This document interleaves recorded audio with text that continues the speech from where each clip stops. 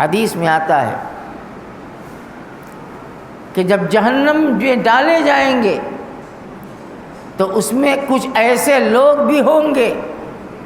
جو دنیا میں بڑی اچھی تقریر کرتے تھے،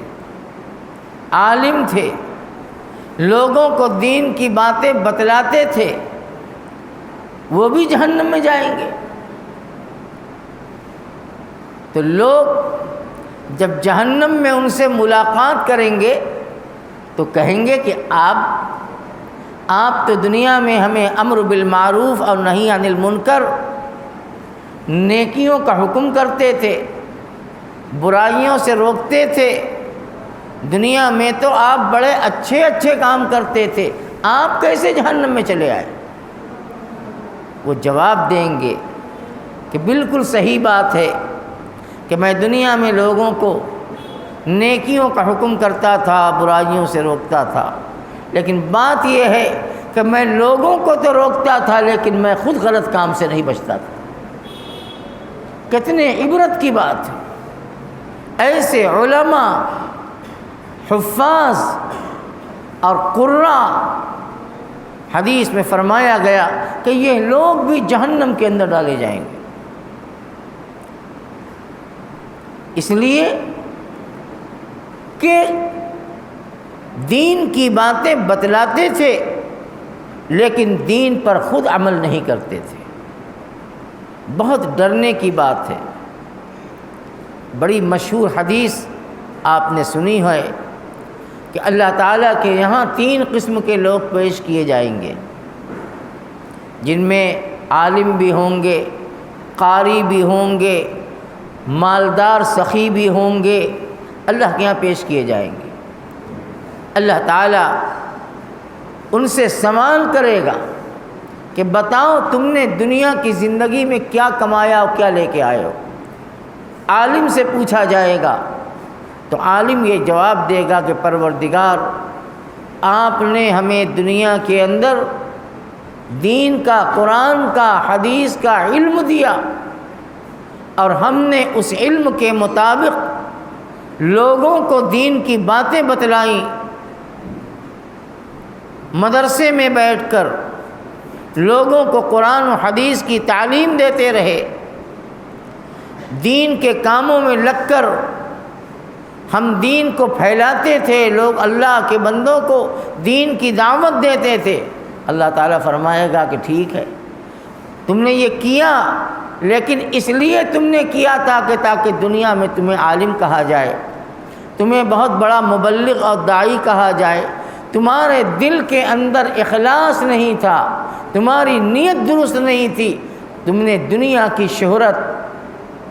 دنیا کی عزت اور نام کمانے کے لیے یہ کیا تھا، دنیا میں وہ تمہیں چیزیں مل گئی، اب تمہارا یہاں کوئی حصہ نہیں ہے اور جہنم میں ڈال دیا جائے گا۔ اسی طرح سے قرآن پڑھنے والا قاری، وہ بھی اللہ کے سامنے پیش ہوگا، اللہ اس سے بھی اس کی زندگی کے بارے میں پوچھیں گے۔ وہ کہے گا کہ پروردگار، آپ نے ہمیں